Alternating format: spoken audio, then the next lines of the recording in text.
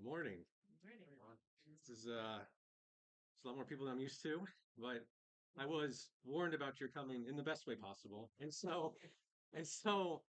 given that, and given what Neil said this morning in class, and also what Craig and other Craig has mentioned, that this might be a perfect time for a sermon and song.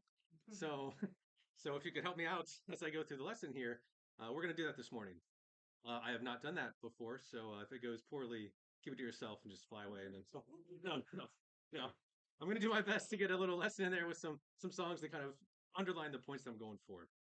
And the inspiration for this lesson came from actually some books that I read. They're books of fiction, they're fantasy. Maybe you can tell I'm a little nerdy, but I know you're like, wow, that athletic looking man. No, I read books. Whoa, crazy! And there's this one series that's it's going to be a really long series. It's like 12 books or something. They're in book five or something. I'm deep into it right now, but there's this order of knights, and they're like Jedi knights or anybody, but they're these powerful people, and they kind of have this what they call the first ideal, and they're kind of these tenets that they live by, and they go in these three things. There's life before death, strength before weakness, and journey before destination. And I think that you could probably make a 3 point sermon of all these. I didn't do that. I picked one of the points. We're going to talk about the last one, but also the author is a believer, so a lot of his work is actually kind of Christian derived, if you will. And so I think it's a great opportunity to take a look at this journey before destination. As we're going to talk about this morning, the journey, this earthly journey that we're on before we get to our ultimate destination in heaven and home with God. And the journey that we're on here is difficult at times, it's tough at times. Sometimes it's very nice, it's very smooth. And it's great when you have lots of people like this around you to kind of help bolster you along your journey because you don't feel like you're so alone. But this morning, I want to take a look at three questions. And the first question is, who is leading you on this journey? Who's your guide in your journey? Who is the person that you look to when you make your decisions? Who is that? And will it be rough? That's what I like to know if I'm going for a run or something. How it's like how far am I going? How tough is it going to be for me? Because I'm not the best anymore. I used to be. I used to think I could run. I still sign up for races. Like I think I can run. Coming up October. I'm not prepared for it. It's going to be bad. But it's like how rough will this journey be that I'm on? And how long will it take? So that's the other thing. Back in school, I keep bringing up back former times when I was in shape. I did run track. I liked the shorter races. 400 one lap was kind of my max.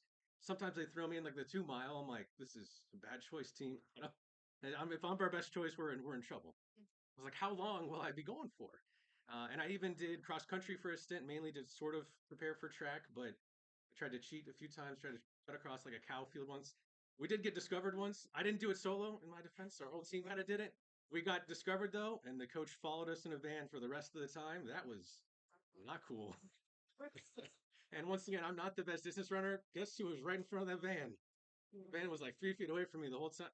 Not a fun time. But it's like, how long will I be on this journey in this earth here? Because if you're going through a really rough patch, you're like, man, when am I going to get over this? When is this part of my journey going to be? When am I going to go in the next step? Or I'm just worn out.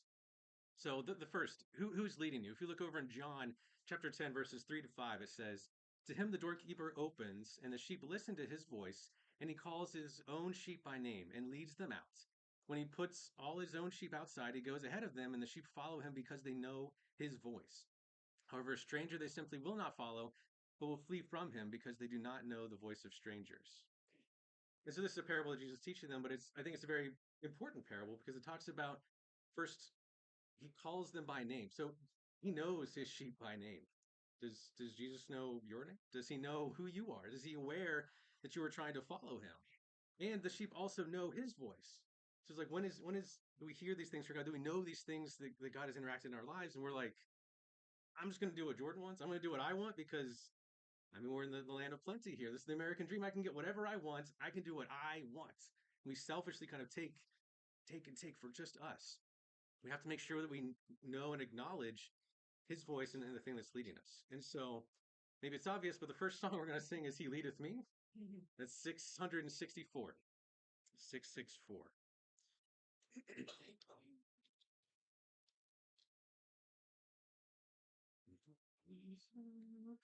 He leadeth me, oh blessed thought, the way with heavenly comfort from.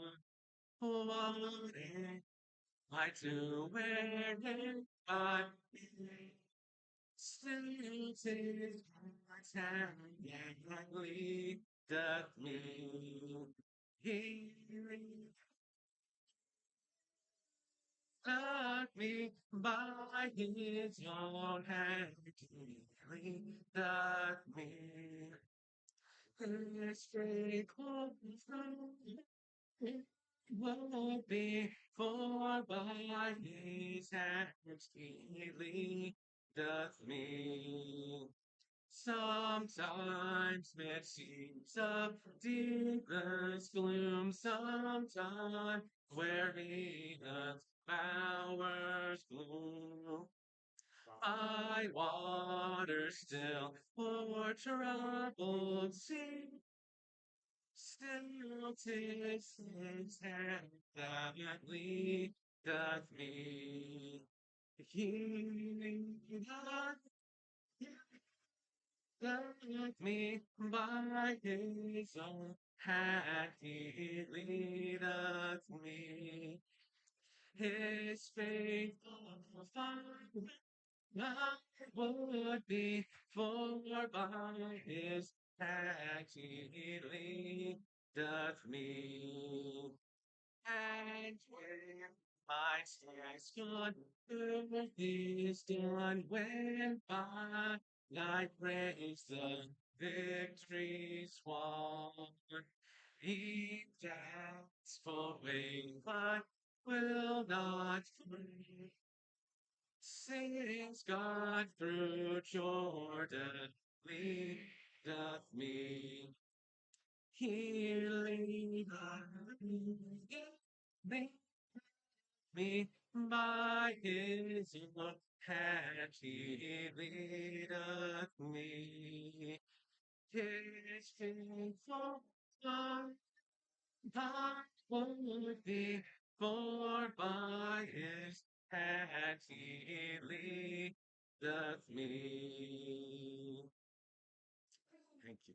And so, still, tis God's hand that leadeth me. And it's you're probably like, oh, that's obvious, Jordan. In the Christian life, we have to follow God. Yes. However, I think sometimes we get off off guide. We get a little off kilter here because we sometimes don't follow him, even though we know that that's like the foundation of what Christians should do, because we want to do something for us. And because the rest of the world is not doing that, we kind of get distracted by where they're going. Because I don't know about you, but if you're driving somewhere kind of at a venue, you're like, I want to follow the crowd. So they're going to the cool place. They're going to the place that has the most entertainment, the best spots. And that's not the case in this earthly world. If your goal is heaven, that is not the way. You cannot follow the masses. And also, verse 4 did mention that God through Jordan leadeth me. And in case he's referring to people, I'm telling you, hold to his hands. I'm confident it's not a person, but in case it is, you're in luck. I am a Jordan, by the way. I don't know if everybody knew that, but that's why. Anyways, um, and we have to get familiar enough so he knows who you are, and you recognize his voice. We have to make sure that we're known by him, because otherwise, which shepherd are we going to follow? How do we know where we belong to? We won't. So next question, will it be rough? Over in Hebrews chapter 12, verse 1, it says, therefore, since we also have such a great cloud of witnesses surrounding us, let's rid ourselves of every obstacle and the sin which so easily entangles us. And let us run with endurance the race that is set before us. And oftentimes, I like the scriptures that kind of refer to sports and things. I know it seems like I'm doing sports a lot now. I promise I'm really not, but I did back in the day, and my mind's still kind of geared in that way where I like the challenge here. And oftentimes I'll use this verse to talk about the endurance that you have to keep going. I want to focus instead on the fact that there's going to be obstacles in your way, and that sin can easily entangle us. And when picking a race or something you want to go through, you don't typically look for like the venues that the hardest. I think we've ended up in a couple. I know, I know. I did a Spartan race with Josh that was at a ski resort, and we went up and down the ski slope like three times, too many times. I lost track because I didn't know what was going on in the middle. And my point is, I don't pick the path that easily entangles me if I can help it. Sin's going to be in there in your life as you're going along this path. It's going to trip you up at every twist and turn. Satan's tricky. He's sneaky. He's devilishly clever, if you will, and he gets in there to whatever gets you the most, and he'll grab you there. Like he doesn't mind that you come here and sit in the pews here. He minds what your mind's on. He minds how focused you are. He minds how your heart is. That's what he wants to twist. But he's like, you can go wherever you want. I don't care. Like you can show up there, but don't pay attention.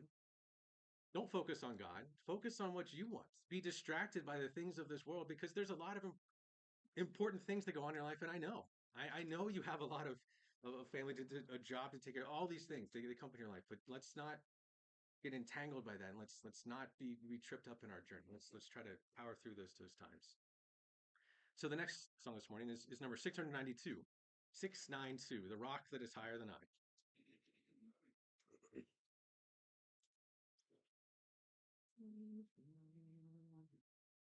Oh, sometimes the shadows are deep and rough seems the path to the goal, and sorrow sometimes how they sweep like tempest down over the soul. Oh, then to the rock let me fly, to the rock higher than I. Oh, then to the rock let me fly, to the rock that is higher than I. Oh, sometimes how long seems the day, and sometimes how weary I feel. Lead and life's dusty way, the rock's blessed shadow, how sweet. Oh, then to the river fly, to the river that is here that I. Oh, then to the rock let me fly, to the rock that is higher than I. Then near to the rock let me keep. If blessings your sorrows bring, or climbing the mountain way steep, or walking the shadowy way. Oh, then to the rock fly, to the rock higher than I. Oh, then to the rock let me fly, to the rock that is higher than I. So sometimes the shadows are deep, and rough seems the path to the goal. I don't know if you've been living life in general, but I feel like shadows do get deep sometimes, and it is rough during your journey. There's hard times that come upon all of us, and I I don't even want to begin to go in anything like that because I don't want to bring up that necessarily, but I want you to just focus that they do happen, but it all will work out for good in the end. God makes promise of that. He makes sure that that'll happen. But in the moment, it's hard. It hurts. I know it does. I've had bad things happen in my life. I've had struggles. God's there always to comfort you, though. Just remember that. Like I said, sin can easily entangle us, as we saw over in Hebrews. And this song was actually kind of based around a Psalm 61, as most songs are. But it says, "Go to the rock that is higher than you when your heart feels faint." And this is David here writing this, King David, and he's like, "My heart feels faint." Can you imagine being a spot of a king of this? You have everything available to you, and he's like, "My heart feels faint." It's like, lead me to that rock that is higher than I. That's exactly what we're talking about. That's God, that's Jesus. That's He can give you that right. He can give you that higher place to kind of pick you up when you're feeling down, when your heart feels faint. So just remember that as we go through our journey here, because it will get rough, but I promise, go through it. It'll be worth it. Finally, how long will it take? Over in James chapter 4, verse 14, it says, "Yet you do not know what your life will be like tomorrow, for you're just a vapor that appears for a little while and then vanishes away." And there's numerous verses I could have gone to this. This is the one that my mind goes to because it's metaphoric, or I don't, I'm not an English person, but at least it paints a good picture in my head of that brevity of life here. And if you look at the grand scale of things, because sometimes life feels long. I'm in a particular stint that feels kind of long because my sleep is less. There's a screaming baby sometimes at home. He has new teeth growing in, and there it's the days feel long sometimes. And this is where that saying that the days feel long but the years are short. Like I was like, that doesn't make any sense. And now I'm like living it. I'm like, whoa, I get it. And I think that's sort of how we can feel in our Christian life too, where we're going, we're like, this is so hard, this is so hard, and then you kind of realize you've lived this life, you've had all these opportunities, and you get towards the end, you're like, I'd take a few more. Just let me stick around for my family for just a little bit longer. Let me stay there to be with them. Let me hang out there. But it is just this vapor that appears for a little while. So our final song will be 743, number 743. It won't be very long.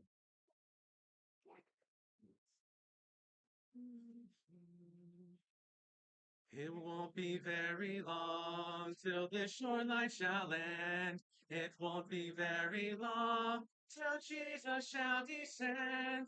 And then the dead in Christ from beds of place shall rise to meet the Lord in peace up yonder in the sky. It won't be very long till Jesus shall appear. Say it from you. Will you be ready then to meet the ransom throng? Get ready for the day. It won't be very long. It won't be very long till earth shall pass away. It won't be very long till works of men decay. But Jesus has prepared a happy dwelling place for all who look above and trust His matchless grace. It won't be very long. It won't be very long till Jesus shall appear. Day is drawing near. Will you be ready then to meet the ransom throng? Get ready for that day. It won't be very long. It won't be very long till this short life shall end. And it's shocking because you can know that this earthly life is going to end at some point. You can know that there is an expiration date to us here, and that could be scary if you're approaching it at a time when you don't think you want to approach it, or when you're not really ready for it. But it will come to an end, and so it really matters how you journeyed your life here, who your guide was, who you were following, and how you lived every day. And it's not going to be easy, and there will be times you make mistakes. That certainly happens. But don't use that as justification. Being like, well, Jordan said we could mess up. Don't. That's not how that works. 'Cause I've gone down paths like that before, where it's like, well, I mean, nobody's perfect, so I can be imperfect in this spot specifically. That's not how it works. That's not how you should live your life. And life is just like a vapor, as we see over in James. And so, in conclusion, we talked about journey before destination this morning, just making sure that you're going along that path. And we need to make sure that God leads your life, that you know that He is your guide and He knows your name, you know His voice. And even though it might get rough in the middle there might be tough. There's sin that entangles us, and there's obstacles in our way. Just make sure that we kind of journey well, because it might not be as long as you think. It talks about it being a vapor, and now once again in the moment it feels like it'll be vapor. I still remember being 10 and being like, man, those 20-year-olds are old. Um, I have since drastically changed my mind on that thought. Foolish 10-year-old me. Boy. But it's you're just like that's gonna be forever, and then like I sprinted past that, and I was like, oh, hold on, we can slow down here for a bit. But I kind of excluded a bit when I started this morning, so I left something out. The book wasn't my only inspiration. And it's because my my papa died recently, my mom's dad, and he lived a good life. He was a faithful person. He was he was 86, so it wasn't even like a tragedy or anything. I wanted more time. I would have taken another decade or two, or It's taken a long time. Thanks. So I, well, in my head, this didn't happen. I was doing real good. It's just, I've really been reflecting on the journey that I'm on because even in his last moments there, and he felt kind of hard.